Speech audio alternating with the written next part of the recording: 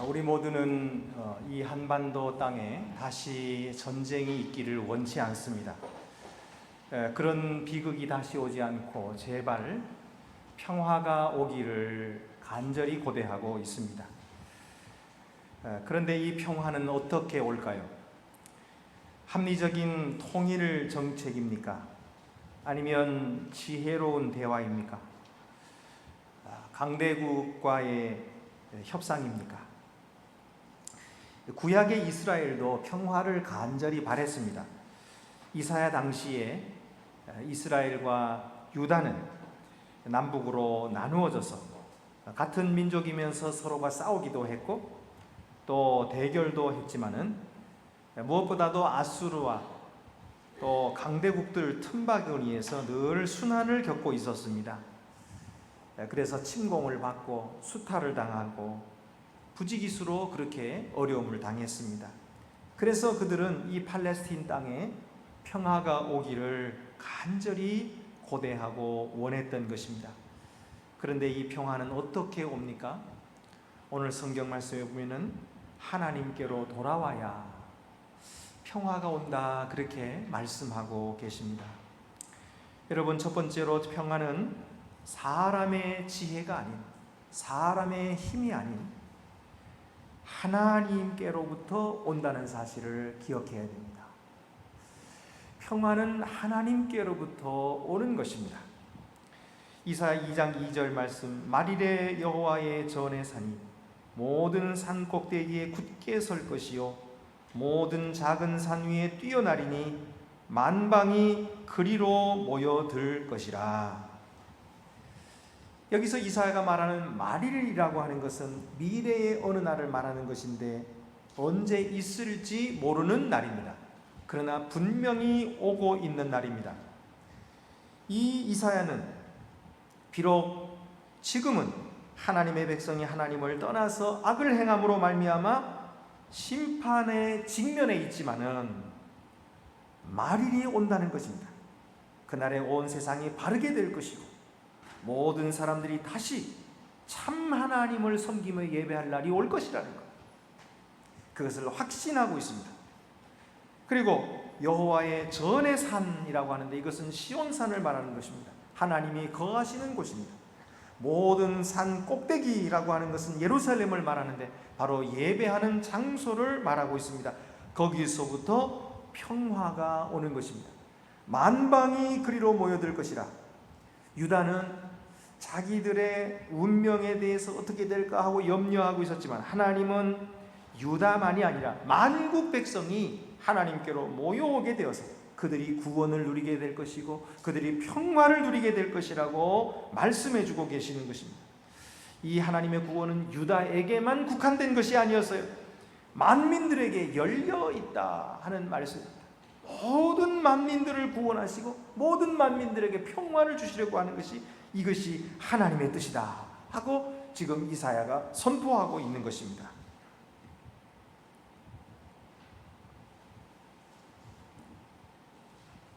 하나님은 이 세상에 평화를 주시려고 하십니다. 예레미야 29장 11절 말씀에도 나 여호와가 말하노라 너희를 향한 내 생각은 내가 아나니 재앙이 아니라 곧 평안이요 너희 마음에 소망을 주려 하는 생각이라 이렇게 말씀하고 계세요. 하나님이 사람을 향하여 특별히 자기 백성들을 향하여 주시는 그 마음, 그 생각은 뭐냐면 재앙을 주시려고 하는 것이 아니라는 거예요. 재앙이 아니라 곧 평안을 주시려 하신다. 그리고 너희 마음에 소망을 주려 하신다. 이것이 하나님의 마음이다 라고 말씀하고 계십니다. 이 평화는 인간이 아무리 자기 힘으로 노력을 해도 이룰 수가 없는 것입니다. 왜냐하면 인간은 죄와 탐욕에 물들어 있기 때문에 끊임없이 자기의 욕망을 따라서 다른 사람의 것을 빼앗고 자기가 누리고 다른 사람을 억누리려고 하는 이 욕심에 따라서 움직이고 있는 것입니다. 그래서 빼앗고 의심합니다. 그러나 하나님은 자기의 아들을 이 세상의 평화의 왕으로 보내셨어요. 그리고 이 세상의 평화의 나라를 시작하신 것입니다. 예수 그리스도는 이 세상에 오셔서 힘으로 평화의 나라를 이룬 것이 아니라 하나님의 뜻에 순종하시고 온유하고 겸손하게 사람들을 섬기심으로 이 세상의 평화를 이루신 거예요. 그래서 예수님은 십자가 위에서 자기 몸을 버려 희생하셨어요. 우리를 위하여 자기 생명을 주셨어요. 그렇게 함으로써 이 세상의 평화의 나라를 시작하신 겁니다. 하나님의 나라를 그렇게 시작하신 것입니다. 예수님은 폭력을 당하시고, 예수님은 압제를 당하시고, 예수님은 억울한 일을 당하셨지만, 그러나 그 일 때문에 악으로 갚지 않으셨어요. 그리고 끝까지 선을 행하심으로 이 세상에 하나님의 나라, 평화의 나라를 시작하신 거예요. 어떤 사람은 묻습니다. 목사님, 왜 평화해야 됩니까? 전쟁이 일어나면 사람들이 더 발전하지 않습니까? 그렇게 물을 수 있겠죠. 그러나 아닙니다. 사람들은 평화로 하나 될 때에 발전하는 거예요. 이 평화가 있어야, 그래야 인류가 번영할 수 있는 거예요. 요즘에 여러분 이 유발 하라리가 쓴 사피엔스라고 하는 책을 많은 사람들이 읽어보셨을 거예요. 그는 이 책에서 인류가 어떻게 형성됐는가, 그리고 오늘날 이 호모 사피엔스라고 하는 인류가 이제 앞으로 미래는 어떻게 될 것인가, 뭐 이런 것까지도 점치고 있는 그런 책이라고 볼 수 있습니다. 그런데 그가 이 책에서 하는 말이, 이 호모 사피엔스, 우리 인류가 6가지 인간 종들 가운데서 살아남을 수 있었고, 그리고 번성할 수 있었던 이유는, 저자가 말합니다. 눈에 보이지 않는 것을 말로 소통할 수 있는 언어 능력과 믿음 때문이다. 믿음의 힘 때문이다. 이렇게 말하고 있어요. 그는 이것을 가리켜서 인지혁명이라 그렇게 말합니다. 그가 이렇게 말합니다. 우리가 강이나 나무, 사자처럼 실제로 존재하는 것에 대해서만 말할 수 있다고 치자. 그랬다면 국가나 교회, 법체계를 만드는 것이 얼마나 어려웠겠는가. 그렇습니다. 다른 이 짐승들도 언어가 있다고 그래요. 침팬지들도 저기 사자가 있어 하고 서로가 언어를 주고받으면서 도망을 친다고 해요. 그러나 그들은 눈에 보이는 것은 말할 수 있을지 몰라도 눈에 보이지 않는 것에 대해서는 말하고 생각하고 이해하는 능력이 없어요. 그런데 이 호모 사피엔스에게는 그런 능력이 있다는 거예요. 그래서 눈에 보이지 않는 신화를 만들어내고 믿었기 때문에 종교나 사상을 같이 공유할 수 있었다는 것입니다. 그래서 처음 만나는 사람도 대립하고 적대시하고 싸우는 것이 아니라 처음 만나는 사람과도 함께 힘을 합치고 공동체를 이루었다는 것입니다. 그래서 그 힘 때문에 다른 종들을 이겨내고 다른 생물 종들 가운데 뛰어나게 온 세상을 정복하게 되었다. 이렇게 말합니다. 아주 일리 있는 말이죠. 물론 하라리는 하나님을 말하지 않습니다. 그러나 그의 이 주장에 의하면 결국 인간이 서로 싸우지 않고 평화와 번영을 이룰 수 있었던 것은 다른 개체들과는 달리 눈에 보이지 않는 세계, 이 초월한 세계를 이해하고 받아들이고 믿는 능력이 있었기 때문이다. 이렇게 말하는 것입니다. 결국 평화라고 하는 것은 눈에 보이는 세계가 아니라 눈에 보이지 않는 초월한 세계로부터 오는 것입니다. 초월한 세계에 계신 하나님께서는 인간에게 언어를 주셔서 눈에 보이지 아니하는 세계를 바라보게 하시고, 그리고 그것을 믿게 하심으로 하나 되어 평화를 누리게 하시는 거예요. 그러므로 여러분, 오늘도 성경에 말일에 여호와의 전의 산이 모든 산 꼭대기에 굳게 설 것이라고 말씀해 주고 계십니다. 이 사실을 믿는 자들을 통해서 이 땅에 평화를 이루시려는 것이, 이것이 하나님의 계획인 것입니다. 두 번째로, 평화는 사람의 길이 아닌 하나님의 길로 이루어집니다. 3절 말씀입니다. 많은 백성이 가며 이르기를 오라 우리가 여호와의 산에 오르며 야곱의 하나님의 전에 이르자. 그가 그의 길을 우리에게 가르치실 것이라. 우리가 그 길로 행하리라 하리니 이는 율법이 시온에서부터 나올 것이요 여호와의 말씀이 예루살렘으로부터 나올 것입니다. 많은 사람들이 오라 우리가 여호와의 전에 이르자, 여호와의 산에 오르자. 거기서부터 여호와의 율법이 나오며 여호와의 말씀이 거기서부터 올 것이다 라고 말할 거라는 거예요. 그가 그의 길을 우리에게 가르칠 것이다 이렇게 말씀하셨는데, 사실 유다 백성은 그의 길을 떠났어요. 하나님의 길을 알면서도, 그의 율법을 들었으면서도 그것을 거역하고 그것을 떠났던 것입니다. 그러나 하나님은 약속해 주십니다. 장차 만민들이 그의 가르침을 들으러 나올 것이다. 여호와의 산에 오르자라고 말씀할 것이라는 거예요. 그가 가르치는 그 길이 평화의 길이기 때문입니다. 율법이 시온에서부터 나올 것이라고 말씀합니다. 고대인들은 산에 올라가가지고 신을 만난다 이렇게 생각을 했었습니다. 그래서 가나안의 신화에도 보면은 바알이 자폰산에서 법령을 주었다 이렇게 말하고 있는 거예요. 그러나 하나님은 사람이 만든 그런 기복신이 아닌 것입니다. 하나님은 천지를 창조하신, 온 우주를 창조하시고 다스리시는 분으로서 자기 백성을 지으시고 자기 백성에게 율법을 주심으로 그 백성을 자기 백성으로 삼으신 하나님, 그리고 그들에게 나는 너희의 하나님이라고 부르라고 말씀하신 그 하나님인 것입니다.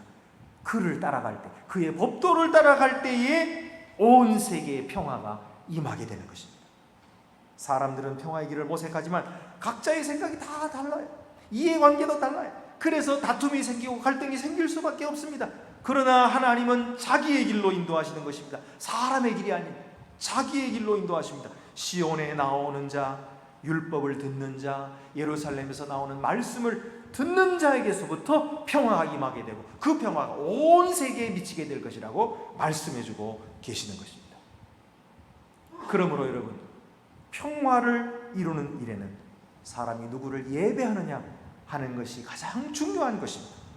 그가 예배하는 자의 길을 따르게 될 것이기 때문입니다. 우상을 예배하면 우상의 탐욕을 닮아가게 되는 것입니다. 전쟁의 신을 예배하면 일본 사람들처럼 전쟁의 신을 예배하면 전쟁하게 되는 거예요. 그러나 거룩하신 하나님을 예배하면 그의 거룩하심을 닮아가게 됩니다. 평화의 하나님을 예배하면 평화의 길을 배우게 됩니다. 그리고 그 평화의 길로 가게 될 것입니다. 누구를 숭배하느냐, 누구를 예배하느냐가 이토록 중요한 것입니다. 오늘 우리가 읽은 요한복음 4장에 보면은 우물가의 여인이 예수님을 만나게 돼요. 예수님께서 자기의 모든 행한 일을 아시는 거 보니까 선지자다 이렇게 이제 알게 된 거예요. 아직은 그가 메시아라는 것은 아직 몰라요. 근데 선지자 거기까지는 알았어요. 그래서 선지자에게 묻는 거예요. 우리 조상들은 이 산에서 예배하고 있는데 유대인들은 예루살렘에서 예배해야 된다고 합니다 하고 묻는 거예요. 이 물음은 왜 던져지게 됐냐면요, 사실 하나님의 예배 장소는 예루살렘이었어요. 예루살렘에 성전이 있었기 때문이에요. 그런데 이 사마리아 사람들이 예루살렘에 가서 예배를 드리려고 했더니 유대인들이 가로막았어요. 너희는 오지 마라. 너희는 이방인들의 피가 섞였기 때문에 이방인과 마찬가지야. 그리고서는 들어오지 못하게 했어요. 사실은 이방인들도 예루살렘에 올라가서 예배할 수 있거든요. 비록 그들이 이방인들까지밖에 못 들어간다 할지라도 거기서 예배할 수 있었던 거예요. 그런데 유대인들은 사람의 전통을 따랐어요. 사람의 유전을 지키느라고 그들을 가로막고 못 오게 했던 거예요. 그래서 그들은 할 수 없이 모세가 축복의 산이라고 했던 그리심산에다가 성전을 세우고 거기서 예배를 드렸던 거예요. 그래서 이 여자가 지금 이 질문을 하고 있는 것입니다. 어디서 예배해야 됩니까? 참으로 하나님을 예배하고 싶은데 어디서 예배를 해야 그래야 참된 예배가 되겠습니까? 하고 물었던 것입니다. 여러분, 이들에게 있어서 문제는 무엇입니까? 왜 이들이 다투고 싸우는 거예요? 그들이 하나님을 진정으로 예배하지 않고 사람의 유전을 따랐기 때문에, 사람의 유전을 배우고 가르치고 그거를 따랐기 때문에 결국 그들은 평화를 누리지 못했던 거예요. 그런데 예수님께서는 뭐라고 말씀하십니까? 여자여 내 말을 믿으라. 이 산에서도 말고 예루살렘에서도 말고 내가 너희가 아버지께 예배할 때가 이르리라. 아버지께 참되게 예배하는 자들은 영과 진리로 예배할 때가 오나니 곧 이때라. 아버지께서는 자기에게 이렇게 예배하는 자들을 찾으시느니라. 장소가 문제가 아니라는 거예요. 어디가 되었든지 간에 아버지께 진정으로 예배하는 자는 영과 진리로 예배할 것이다. 바로 아버지의 성령으로 인도를 받아 하나님의 말씀의 진리로 하나님을 예배하는 그때가 오게 될 것인데 바로 이때라 하고 예수님께서 말씀하시며 하나님의 나라를 선포하시고 하나님께로 가는 길을 제시해 주셨던 거예요. 그래서 예수 그리스도는 이 세상에서 하나님께로 나아가는 친히 여호와의 이 성전이 되셨어요. 자기의 몸을 성전으로 삼으시고 십자가 위에 자기 몸을 주심으로써 우리가 하나님께로 나아갈 수 있게 하셨어요. 이 죄인들이 예수 그리스도의 공로로 죄시름을 받아서 정결한 자가 되고 하나님을 배우는 자가 되고 이전에는 하나님과 원수가 되었던 자들이 이제는 예수 그리스도 안에서 화목하게 됐어요. 그래서 하나님을 배울 뿐만 아니라 하나님과 교제하는 자가 되었고 하나님과 함께 거하는 자가 되고 심지어는 하나님의 영이 우리 속에 거하는, 그래서 하나님이 우리 가운데 임하시는 임마누엘 하나님을 경험하는 이런 놀라운 존재가 된 것입니다. 이 평화, 이 놀라운 하나님의 화해, 이것이 우리에게만 머무는 것이 아니에요. 이것을 통해서 이웃들과의 화해, 또 공동체 안의 화해뿐만 아니라 나라와 나라 간의 화해도 이루어지게 하시는 것, 온 세계 평화를 이루시는 것이, 이것이 하나님의 길인 것입니다. 그래서 하나님께로 나오는 자는 그 길을 배우게 될 것이다. 그래서 그 길로 행하게 될 것이다. 그것은 바로 평화의 길인 것입니다. 세 번째로, 평화는 힘의 균형에서 오는 것이 아니라 의로우신 하나님의 판결, 의로우신 하나님의 다스림에서부터 오는 것입니다. 여러분, 힘의 균형이라고 하는 것은 언제나 기울어지게 되어 있어요. 늘 깨지게 되어 있어요. 사람들은 생각을 합니다. 우리가 지금 전쟁 준비하느라고 이 무기를 만드는데 너무 많은 돈을 쓴다. 그러니 그 많은 돈 가운데 조금만 쓰고 나머지를 정말 이 사회를 발전시킨 데 쓰면 얼마나 사회가 많이 발전하겠느냐. 그리고 서로 이제 평화조약을 맺습니다. 그런데 이 평화조약이 오래 못 갑니다. 왜 그래요? 서로 믿지를 못하는 거예요. 우리가 이 조약을 지키고만 있으면 저 사람 저쪽에는 몰래 이 무기를 또 만든다. 그럼 우리는 그 무기를 막을 수 있는 무기를 또 만들어야 돼요. 그래서 서로가 몰래 만드느라고 어느새 또 엄청난 무기를 만들어내고 마는 것입니다. 결국은 이렇게 만들어 놓은 무기를 한번 써보자 하고서는 불장난을 하게 되고 결국은 인류가 망하는 길로 가고 있지 않습니까? 여러분, 인간들은 언제든지 기울어진 운동장 위에서 뛸 수밖에 없고, 인간이 판결한다고 하는 것은 기울어진 판결이 될 수밖에 없는 것이에요. 인간이 사람들을 증인들 앞에 놓고 모두 듣는다고 해도 그것이 모든 것을 아는 것이 아니기 때문에. 그러나 하나님은 모든 것을 아십니다. 하나님은 자비로우십니다. 하나님은 은혜로우십니다. 하나님은 의로우신 분이십니다. 그래서 그 하나님의 의가, 정의가 시온산에 굳게 설 것이라고 말씀하십니다. 그가 열방 사이에서 판단하시며 많은 백성을 판결하시리니, 이렇게 되면 그의 다스리심이 임하게 되면 평화가 오는 것이에요. 그래서 무리가 그들의 칼을 쳐서 보습을 만들고 그들의 창을 쳐서 낫을 만들 것이며, 이 나라와 저 나라가 다시는 칼을 들고 서로 치지 아니하며 다시는 전쟁을 연습하지 아니하리라 하고 말씀하고 계시는 거예요. 여러분, 우리가 이 예를 지난번 우리 베드로전서를 읽으면서 보았지 않습니까? 베드로전서 3장 9절 말씀에 악을 악으로 욕을 욕으로 갚지 말고 도리어 복을 빌라. 이를 위하여 너희가 부르심을 받았으니 이는 복을 이어받게 하려 하심이라. 베드로는 뭐라고 했습니까? 핍박을 받고 있는, 선을 행하다가 욕을 먹고 있는 이 초대교회 성도들에게 너희가 비록 악을 당하지만 악으로 악을 갚지 말아라. 너희가 비록 억울하게 욕을 먹고 있지만 욕으로 욕을 갚지 말아라. 그리고 선을 행하라. 욕하는 자들을 축복해 주라. 그리하면 너희가 복을 이어받게 될 것이다. 어떻게 복을 이어받습니까? 이 억울한 상황이 해결되지 않는데 어떻게 복을 받는다는 말입니까? 전능하신 하나님의 판결을 믿는 것입니다. 의로우신 하나님의 알고 계심을 믿는 것입니다. 그리고 그분을 온전히 신뢰하고 그분에게 맡기는 것입니다. 보응하시는 분께 모든 보응을 맡겨버리고 우리는 선한 길로 가는 거예요. 그렇기 때문에 평화가 오는 거예요. 그래서 성경은 우리가 하나님의 대사들이라고 말씀해요. 너희가 제사장이라고 말씀해요. 하나님과 세상 사이에 평화를 주는 제사장. 우리를 평화의 에이전트라고 말씀하시는 거예요. 우리가 바로 평화의 대리자들로서 이 세상에 보내심을 받았다고 말씀하고 있습니다. 하나님의 법을 따르는 자, 그가 바로 평화를 이루게 될 것입니다. 하나님의 선하신 판결을 신뢰하는 자, 그래서 하나님께 모든 판결을 맡길 줄 아는 자, 그가 바로 이 세상의 평화를 이루는 자예요. 오늘도 하나님께서는 우리를 불러주셨습니다. 이 세상 가운데 뽑아주셨어요. 선택해 주셔서 여기 우리를 모아주셨습니다.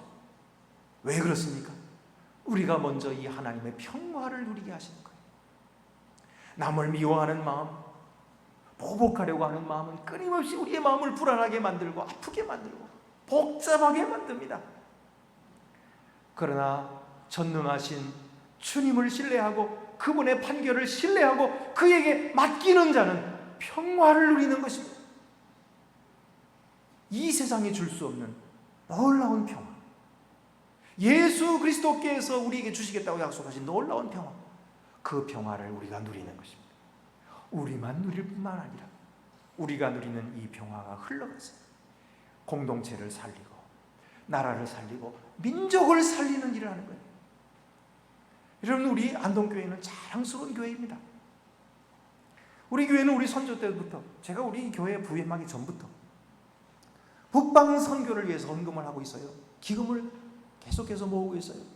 언제가 될지는 우리는 알지 못하지만 저 북한의 동포들을 위해서 우리가 기도하고 그들에게도 이 복음이 전파되고 그들도 구원받기를 위하여 기도하고 그들과 평화롭게 하나 되는 날을 기도하면서 일하는 그런 사람들로 하나님께서 우리를 불러주신 거예요.